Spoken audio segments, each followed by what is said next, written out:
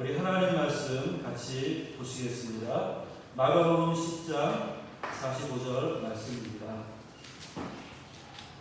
마가복음 10장 45절 우리 한절 말씀은 다 같이 읽겠습니다. 마가복음 10장 45절 말씀입니다. 우리 다 같이 한절 말씀 읽겠습니다. 인자가 온 것은 섬김을 받으려 함이 아니라 도리어 섬기려 하고 자기 목숨을 많은 사람의 대속으로 주려 함이니라. 아멘. 오늘날 세상에 가장 흔한 것 중에 하나가 이 자동차죠. 자동차. 이 자동차를 처음으로 이제 만든 분이 헨리 포드라는 분입니다. 1896년 처음 이제 자동차 개발에 성공을 했습니다. 그러니까 처음에 얼마나 보잘것 없는 모습으로 이 자동차가 개발되었는지, 이 최초의 자동차가 미국에 가면 이제 포드 자동차 박물관에 가면은 이게 있답니다. 저는 안 봤는데 최초의 자동차니까 얼마나 볼품이 없겠습니까? 그런데 이 자동차로부터 오늘날 자동차가 출발을 했다 하니까는 참 대단한 발명이죠. 이 헨리 포드라는 분이 이 자동차, 최초의 자동차를 시운전을 한 다음에 많은 사람들 앞에서 이렇게 이야기를 했습니다. 앞으로 한 세기 내에 미국의 모든 집집마다 한 대씩 이런 자동차를 갖게 될 것이다. 처음에 이 이야기를 했을 때 아무도 믿지 않았습니다. 꿈 같은 이야기죠.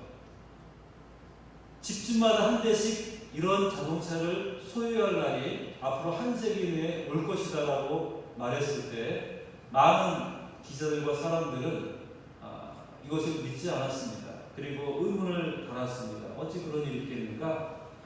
이렇게 생각을 했는데 그것이 어떻게 가능하냐 이렇게 물었을 때 헨리 포드가 이렇게 말했습니다. 만약 우리가 대량 생산과 생산 기술 혁신을 이루어낸다면 한 세기까지 갈 필요도 없다. 이렇게 말했습니다.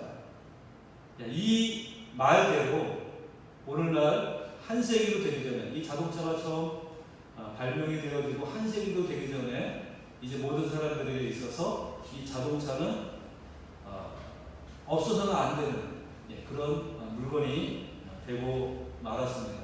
여기 오신 여러분들도 다 이 자동차를 타고 오시지 않겠습니까? 이 헨리 포드의 꿈이 이루어진 결과로서 우리가 오늘 이 자리에 나올 수 있었던 것입니다.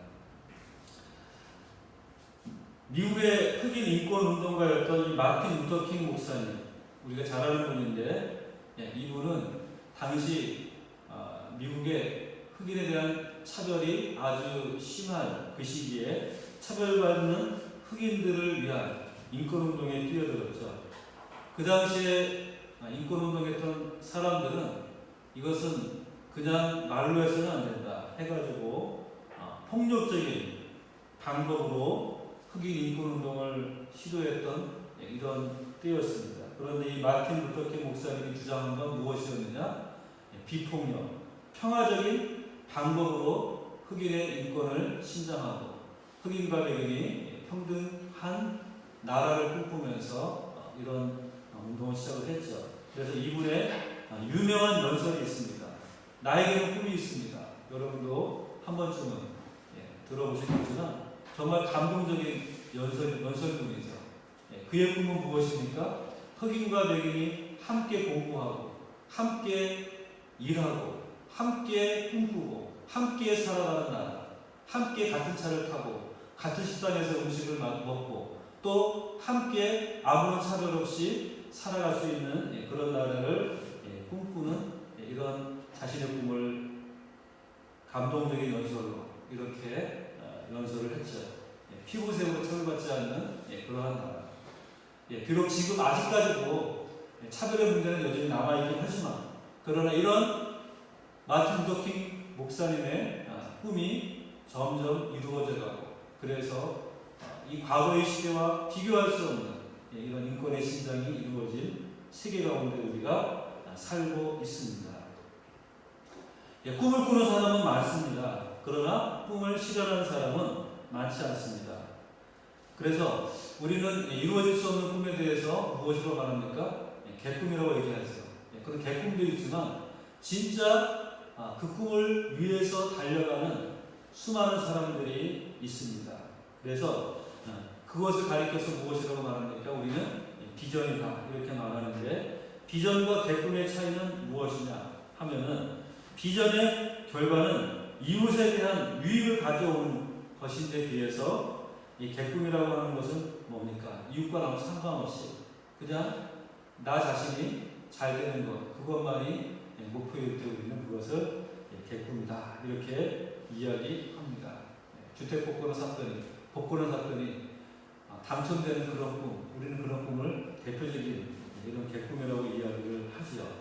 자, 이 헨리 포드라고 하는 사람은 그런 의미에서 진정한 의미에서 비전의 사람이었다. 마틴 루터 킹도 마찬가지입니다. 그는 모든 사람들의 유익을 위해서 꿈꿨고 그 꿈을 위해서 달려갔고 마침내 그 꿈을 이뤄냈던 사람이 되었던 것입니다. 오늘 저는 여러분들에게 또 한 분의 비전어리를 말씀을 드리려고 합니다. 바로 예수 그리스도이십니다. 예수 그리스도, 그분은 비전의 사람이다 이렇게 말할 수 있습니다. 그러면 예수님의 비전이 무엇일까요? 예수님이 가졌던 꿈, 예수님이 품었던 비전 어떤 것이 있습니까? 그분의 비전은 바로 하나님의 나라가 이 땅에 오게 하는 일입니다. 그래서 하나님과 상관없이 살던 사람들이 이 복음을 듣고 예수를 믿어 하나님의 자녀가 되고 하나님의 나라의 가치관을 받아들이면서 살아가는 것을 보는 일, 이것이 바로 예수 그리스도의 비전인 것이죠. 그래서 우리가 주님의 비전은 무엇이냐? 내게 주어진 영혼을 한 영혼도 잃어버리지 않고 다 구원하는, 이것이 바로 예수님의 이루어야 될 비전이었던 것입니다. 예수님의 모든 사역을 복음서에서 우리가 자세히 기록되어져 있는데, 사복음서에서 가장 강조하는 메시지가 바로 죄로 멸망당할 영혼을 구원하는 일이죠. 이 이야기를 빼면은 복음서에서 그리스도의 비전을 설명할 수가 없는 것입니다. 예수님께서 비전을 이루시기 위해서 이제 어떤 전략을 세웠겠습니까? 예수님이 가졌던, 예수님이 품었던 비전은 바로 무엇인가 하면은 12명의 제자들을 부르시고 그 제자들을 훈련시키셔서 이 제자들을 통해서 이 일을 이루시기로 작전을 세우신 것입니다. 우리는 이것을 예수님의 12제자 비전이다 이렇게 부르게 됩니다. 바로 이 비전으로 말미암아서 우리가 지금 예수를 믿고 예수님의 제자가 된 것입니다. 그렇다면 오늘 여러분과 제가 제자로서 할 일이 무엇이겠습니까?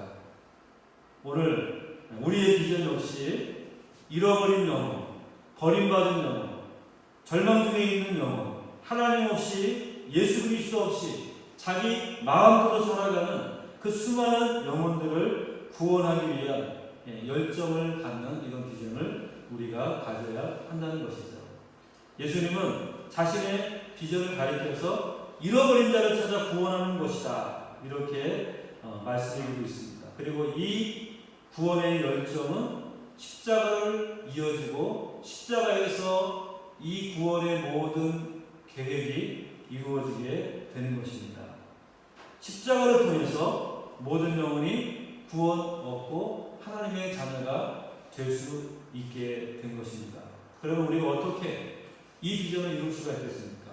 예수님이 잃어버린 영혼을 구원하는 이 비전을 위해서 12제자를 세우시고 그들을 통해서 이 일을 이루시기를 계획하셨다고 한다면, 그리고 그 결과로서 오늘 우리가 예수를 믿고 우리도 예수님의 제자가 되었다고 한다면 우리가 어떻게 이 비전을 이룰 수 있겠는가? 무엇보다도 먼저 우리는 우리 자신이 그리스도의 제자가 되어야 한다는 것입니다. 예수님과 같은 비전을 품고 마음을 품은 이런 작은 예수가 많아질 때 이 비전이 반드시 이루어질 것입니다. 예수님께서 이 일을 위해서 행하신 일 크게 두 가지죠.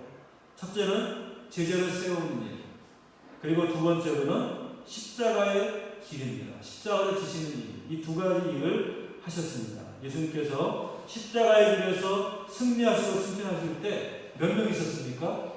작게는 11명, 12명 가운데 한 명은 배신하고 떠나갔죠. 11명의 제자. 많이 잡아도 예수님이 승천하실 때 그 승천의 모습을 보고 마가다락방에서 함께 모여 기도했던 몇 명입니까? 120명. 이들이 예수님의 비전을 이루는 사람들이 되었던 것입니다. 이 얼마나 적은 숫자입니까? 11명, 많이 잡아도 120명. 이 적은 숫자가 오늘날 전 세계에 복음을 전하고 예수를 믿고 하나님을 찬양하는 사람들을 이렇게 만들어낼 수 있었다. 얼마나 놀라운 일이 일어난 것입니까? 오늘 이 자리에 우리가 비록 적은 숫자가 있다 할지라도 예수님의 제자의 숫자라고 본다면 결코 적은 숫자가 아닌 것이죠. 예수님은 불과 12명 데리고 3년의 세월을 보냈습니다. 그리고 그 12명, 한 명은 배신하고 떠나갔지만 11명 그들이 이 주님의 꿈을 이루는 귀한 역사를 이루어 냈다는 것입니다. 예수님께서는 저와 여러분들을 예수님의 제자로 부르신 것입니다. 이 레비게이트 창시자인 보스 브루트맨이 이렇게 말했습니다. 제자는 태어나는 것이 아니라 만들어지는 것이다. 태어나는 것이 아니라 만들어지는 것이다. 다시 말하면 훈련으로 제자가 된다는 말씀입니다. 예수님을 택하신 제자들의 모습을 보아도 그렇죠. 갈릴리의 어부들이었고 그냥 그들은 대단한 인텔리도 아니었고 공부 많이 한 사람도 아니었고 그리고 그 시대에 잘 나가는 사람들 한 사람도 없습니다. 갈릴리 어부들 그리고 다른 사람들이 별로 달가워하지 않은 세리 이런 사람들 예수님이 그들을 제자로 삼으셨던 것입니다. 그냥 그저 그런 사람들을 주님의 제자로 삼으셨고 주님께서는 그들과 함께 지내면서 그들과 함께 부대끼면서 그들은 조금씩 변화되어져 갔던 것입니다. 그리고 그 제자들은 한 번에 완성된 것이 아니죠. 조금씩 변화되어지고 바뀌어지고 그리고 훈련을 통해서 다듬어지고 이런 자신들의 잘못들을 통해서 깨우침을 얻게 되고 전도 훈련을 통하여서 전도에 대한 마음을 가질 수 있게 하시고 이렇게 하시면서 조금씩 그들은 변화되어진 것입니다. 그리고 예수님께서는 이 제자들에게 군림하는 모습이 아니라 섬기는 모습을 몸소 보여주심으로써 섬기는 삶이 진정으로 신이라는 사실을 보여주었던 것입니다. 높아지기를 원하는 제자들에게 낮아지는 것이 가장 위대한 것임을 가르치셨습니다. 제자들은 계속해서 높아지기를 원했죠. 어떻게 하면 예수님 밑에서 좋은 자를 찾아야 할까? 그것들이 그들의 인생의 목표였던 사람들이었습니다. 그러나 그들은 예수님의 가르침을 통해서 본을 통해서 조금씩 바뀌어져 갔던 것입니다. 예수님께서 친히 제자들의 발을 씻기심으로 말미암아서 섬김이란 무엇인지 그들로 하여금 친히 볼 수 있게 되었던 것입니다. 그렇게 예수를 닮고 예수의 마음을 품은 제자들이 많아지면 많아질수록 세상이 변화되어지는 이런 위대한 일이 일어나게 되는 것입니다. 바로 이것이 우리가 가져야 될 비전이죠. 예수님 닮은 사람을 많이 만들어서 세상을 구원하시고자 하는 이 주님의 뜻을 이루어 드리는 것입니다. 만약에 제자들을 훈련하지 않으시고 예수님께서 떠나가셨다면 과연 어떻게 됐을까요? 12제자를 부르시고 그들과 함께 3년의 시간을 보내지 아니하시고 그냥 병 고치고 말씀 전하고 이렇게 홀로 다니시다가 십자가에 돌아가시고 부활하셔서 승천하셨다. 그러면 어떻게 됐겠습니까? 오늘날 이 땅에 이 세계에 이런 교회들이 존재할 수가 있었겠습니까? 이 세상에 엄청난 변화가 일어날 수가 있겠습니까? 불가능한 일 것입니다. 이 12제자를 주님이 부르시고 그들을 훈련시키셨기 때문에 오늘날 이 놀라운 변화가 가능했던 것입니다. 오늘날도 마찬가지죠. 우리가 그리스도의 제자로 훈련되지 않고 변화되지 않는다면 세상을 변화시키기는커녕 세상에 물들어 버리고 말 것입니다.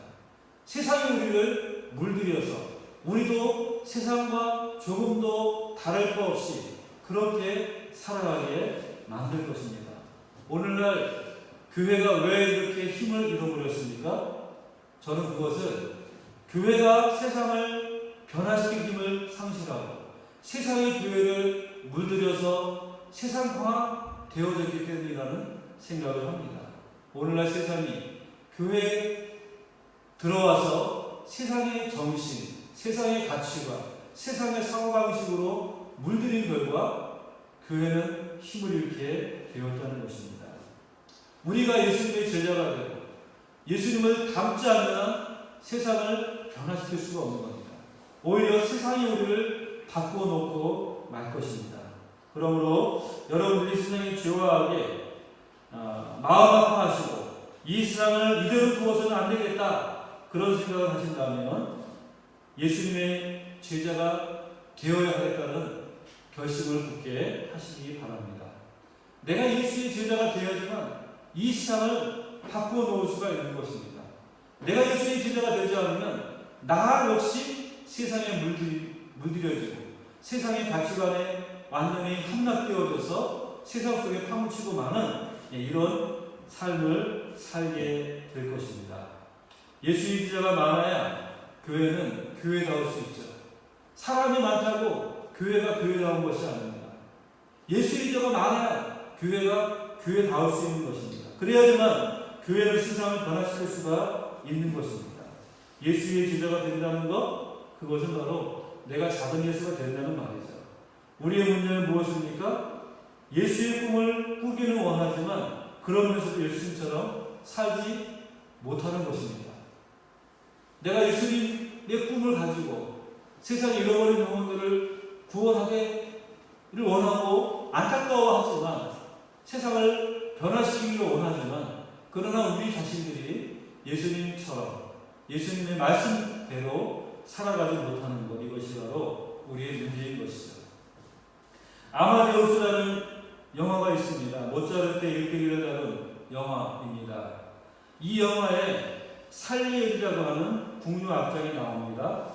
그는 이 모차르트를 시기하는 인물이죠. 그런데 이 모차르트의 방탕한 사생활을 멸시하면서도 이 모차르트의 천재적인 음악성을 인정하지 않을 수가 없었습니다. 그가 이런 말을 합니다. 신은 나에게 천재를 알아볼 수 있는 재능을 주셨지만 천재적인 재능은 주지 않았다. 이렇게 탄식을 합니다. 모차르트의 음악이 천재적이라고 하는 것 알아볼 수 있지만 자신에게는 그런 재능이 없다라고 하는 것입니다. 모차르트는 정말 방탕한 사생활로 말미암아서 그가 보기에는 정말 멸시할 만한 그런 사람이었지만 그러나 그의 재능만큼은 자기가 갖지 못하고 자기는 도저히 따라갈 수 없다고 하는 것, 그것이 그에게 있어서는 비극이었던 것이죠. 그러나 우리에게는 그렇지 않죠. 예수의 비전을 품을 수도 있고 그뿐만 아니라 그 비전을 이룰 수도 있는 것이 바로 우리들인 것입니다. 그 능력은 바로 우리가 제자로 훈련되어져서 세상에 보내지는 것입니다. 우리가 세상을 절대로 그냥 이길 수 없습니다. 세상을 절대로 우리가 변화시킬 수 없습니다. 세상을 이기고 세상을 변화시킬 수 있는 능력은 어디에 있습니까? 우리가 예수님의 제자로 훈련되어질 때, 우리가 예수님의 말씀대로 살아갈 때, 그때 비로소 세상을 이기고 세상을 변화시킬 수 있는 것이죠. 대저 세상을 이기는 것이 우리의 믿음이다. 하나님 뜻만 자마다 세상을 이긴다. 이렇게 말씀해주고 있어요.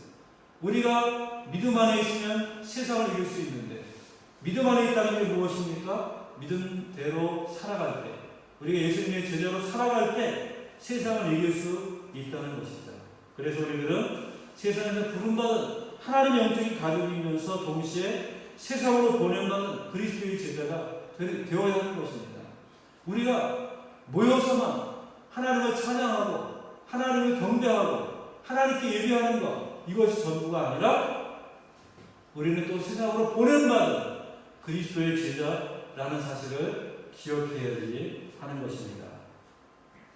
주님의 십자가를 통해서 영원히 죽을 수밖에 없었던 우리가 이제 사함받고 구원받고 새로운 삶을 살게 되었다고 한다면 이제 우리도 주님처럼 섬김을 통해서 세상을 변화시키는 이것이 우리의 비전이 되어야 할 것입니다.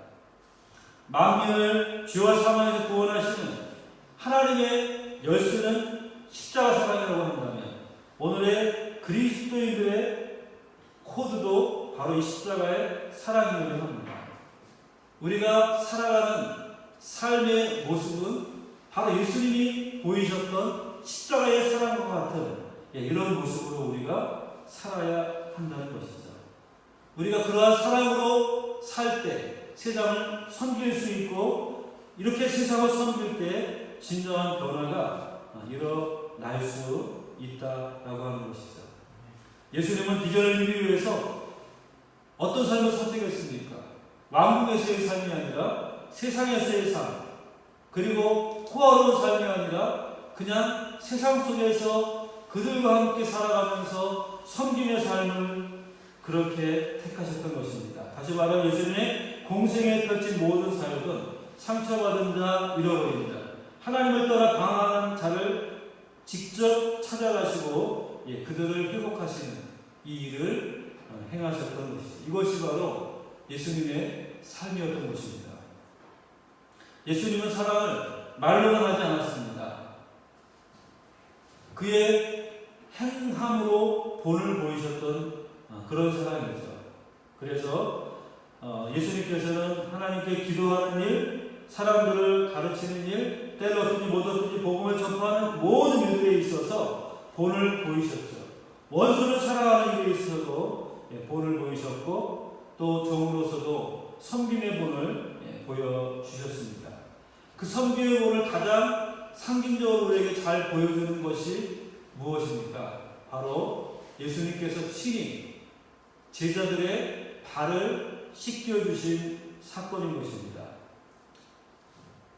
일반적으로 발을 씻기는 것, 이것은 종이 하는 일입니다. 주인이 외출하고 집에 들어오면 종이 물을 가져다가 주인의 발을 씻기는 것이죠. 이것이 바로 당시 일반적인 사회적인 현상인 것입니다. 그런데 지금 누가 발을 씻겠다 하신 것입니까? 선생, 스승이신, 랍비이신 예수 그리스도께서 직접 물을 가져다가 제자들의 발을 씻기는 것, 이것은 제자들에게 충격적인 사건이었습니다. 그래서 베드로는 내 발은 절대로 씻기지 못하신 아이다 이렇게 말하지 않았습니까? 그들에게 있어서 있을 수 없는 일이죠. 충격적인 사건인 것입니다. 그런데 예수님께서는 이런 섬김의 모습을 직접 본으로서 보여주셨던 것입니다. 우리는 다른 사람들을 설득하거나 아니면 다른 사람들을 변화시키기 위해서 주장하거나 그렇게 한다고 해서 사람들을 변화시킬 수 없는 것입니다. 진정한 변화의 가장 중요한 원동력은 바로 섬김의 삶을 통해서 할 수 있는 것이죠.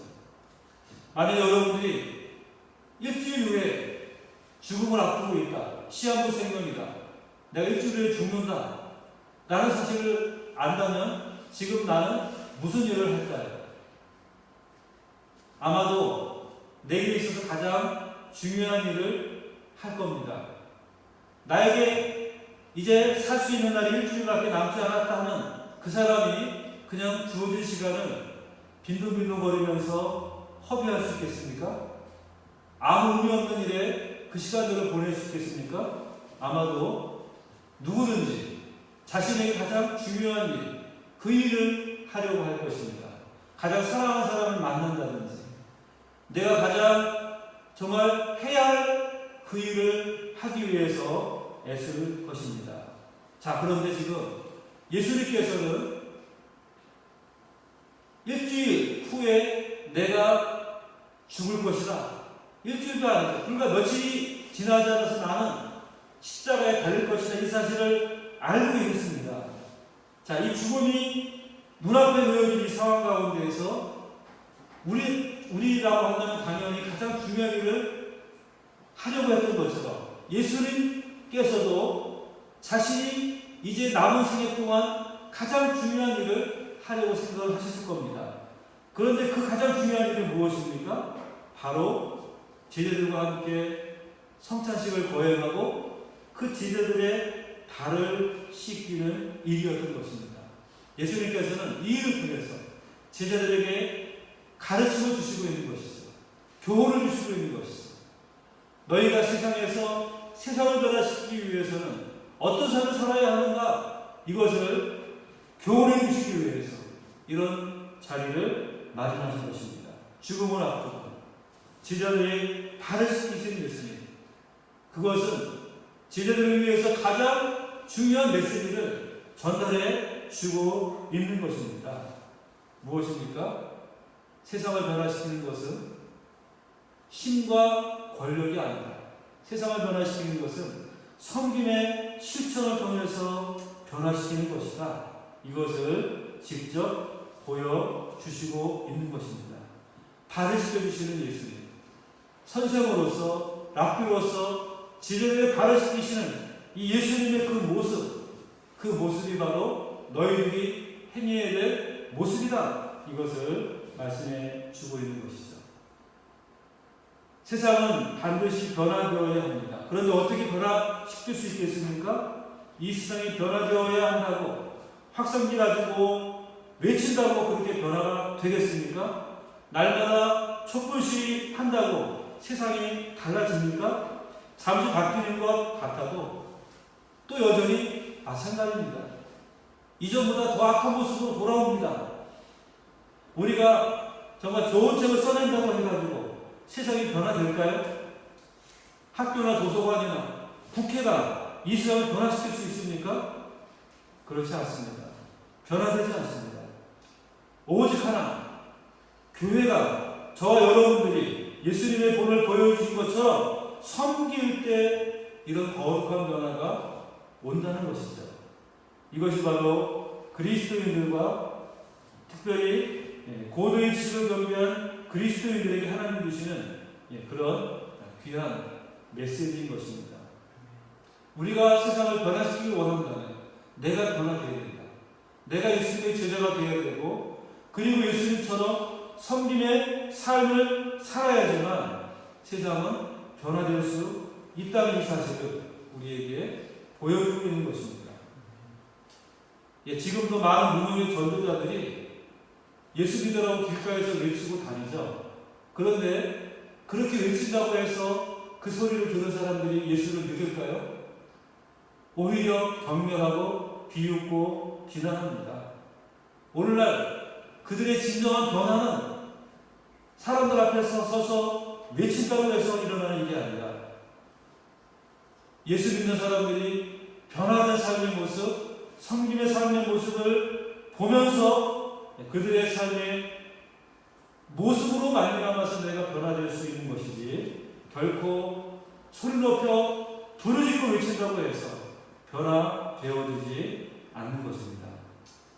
우리가 복음을 듣고 이 타락한 세상을 등지고 주님 앞으로 돌아왔습니다. 물질의 종이 되었던 삶을 버리고 영적인 삶을 살게 되었습니다. 진정으로 의미 있고 가치 있는 것이 무엇인지를 알게 되었습니다. 세상이 아니라 하나님이고, 세상의 재물이 아니라 하나님의 나라의 영광이 우리의 사모할 것이라는 사실을 우리는 이제 알게 되었습니다. 거짓된 진리를 추구하던 삶을 버리고 참으로 영원히 변화되지 않는 진리를 따르는 삶을 살게 되었습니다. 어떻게 그렇게 변화가 일어날 수 있을까요? 타락하여 어찌할 수 없는 우리, 아무 공로 없는 우리의 변화는 바로 하나님의 사랑과 은혜로 말미암아서 복음을 듣고 회개하고 예수를 영접함으로 말미암아서 새로운 사람이 될 수 있었던 것입니다. 그렇다면 이제 이렇게 변화된 우리, 이제 진정한 의미가 무엇인지, 진정한 가치가 무엇인지, 진정한 진리가 무엇인지 아는 우리는 어떻게 살아야 되겠습니까? 예수 믿는 사람답게 살아야 되고 예수의 제자답게 살아야 되는 것이죠. 직장에 다니는 사람들은 직장에서도 예수님 제자로서 살아야 하는 것입니다. 그런다고 해가지고서 직장에서 성경책 펴놓고 일하는 시간에 성경책 읽으라는 얘기가 아닙니다. 직장에서 정말 예수님 믿는 사람답게 열심히 사는 겁니다. 좀 더 일찍 출근하고 좀 더 늦게 퇴근하고 다른 사람들이 하기 원하지 않는 것 내가 가서 하고 다른 사람들이 소홀히 여기는 것 내가 소중하게 여기고 이처럼 예수를 믿는 사람답게 살아갈 때 변화가 일어날 수 있는 것이죠. 예수 믿는 사람답게 더 열심히 더 최선을 다해서 더 성실하게 회사 일이지만 내 일처럼 일하고 회사 물건이지만 내 물건처럼 사용하고 이렇게 내 자신이 변화된 모습을 보이고 삶을 살 때 진정으로 그 가운데 변화가 일어날 수 있는 것입니다. 분위기를 망치는 사람이 아니라 분위기를 살릴 수 있는 사람이 되어야 합니다. 행복을 줄 수 있는 사람이 되어야 하는 것입니다. 그들에게 행복을 주는 사람, 이런 노래가 있지만 우리 그리스도인들이 그런 사람이 되어야 하죠. 행복을 주는 사람이 되어야 합니다. 내가 있는 곳마다 내가 있으면 기쁘고 즐겁고 행복함을 줄 수 있는 그러한 사람이 되어야 하는 것입니다. 무엇 때문에? 복음 때문에. 내가 예수님의 제자이기 때문에. 그래서 그런 모습을 보면서 사람들은 야, 저 사람은 다르구나. 저 사람이 왜 저렇게 하는가? 우리는 하기 싫은 일을 왜 저 사람은 저렇게 하는가? 우리는 하지 않는 일을 왜 저 사람은 저렇게 하는가? 알고 봤더니 저 사람 예수 믿는 사람이구나. 예수 믿기 때문에 저렇게 하는구나. 다른 이유가 없구나. 상사에 잘 보기 위해서가 아니라 출세하기 위해서가 아니라 저 사람은 예수 믿기 때문에 예수 믿으니까 다른 사람 하기 싫어하는 일을 하고 다른 사람 꺼리는 일도 하고 기꺼이 즐거운 마음으로 일을 하는구나. 이렇게 그들이 그 사실을 알게 되면은 변화가 일어나는 것이죠. 그렇게 사는 여러분들을 통해서 진정한 변화가 일어나게 되는 것입니다. 여러분들은 사랑, 용서함으로 화해하고 상대에게 맞추어 살도록 부름을 받았습니다. 섬김이 있을 때 깨어진 관계도 회복되어지고 변화되어집니다. 여러분들이 진정한 그리스도의 제자라고 한다면 가정에서도 이런 섬김을 통해서 깨어진 관계를 회복하고 또 직장에서도 또 어느 곳에 있든지 간에 섬김을 통해서 섬길 때 그 섬김을 싫어하는 사람 아무도 없습니다. 그 섬김을 배척하는 사람 아무도 없죠. 그런 섬김을 통해서 관계가 회복이 되어지고 그것을 통해서 조금씩 복음의 문을 열 수 있게 되어지는 것입니다. 우리가 거리에서 소리 지른다고 해가지고서 세상은 변화되지 않습니다. 진정한 변화는 우리가 그리스도의 제자의 모습을 보일 때 그때 변화시킬 수 있는 것입니다. 여러분, 세상을 실제로 변화시키는 제자로는 이론, 논쟁은 설득이 아닙니다. 섬김의 실천을 통해서 이런 변화가 일어날 수 있다라고 하는 것이죠. 말로서 사람 변화되지 않습니다. 야단치다가 사람 바뀌지 않습니다. 잔소리하고 바가지는가 변합니까? 변하지 않죠. 너 하고 싶은 대로 하라고 방임하고 일도 삼가하게 되지만 시도 때도 없이 보기만 하면 잔소리한다 해서 변화가 일어나지 않죠. 그러므로 이제는 방법을 바꿔야 합니다. 섬김을 통해서 진정한 변화가 일어날 수 있다는 이 사실을 우리는 기억해야 합니다. 섬김을 통해서 진정으로 가장 강한 메시지를 그들에게 줄 수 있는 것입니다. 가장 분명한 복음의 메시지를 그들에게 전달할 수 있는 것입니다. 주님께서 이 땅에서 그렇게 사셨죠. 기꺼이 자신을 다 내어주셨습니다. 자기 목숨을 많은 사람의 대성물로 내어준 것은 많은 사람들을 구원하기 위해서 그렇게 하신 것입니다.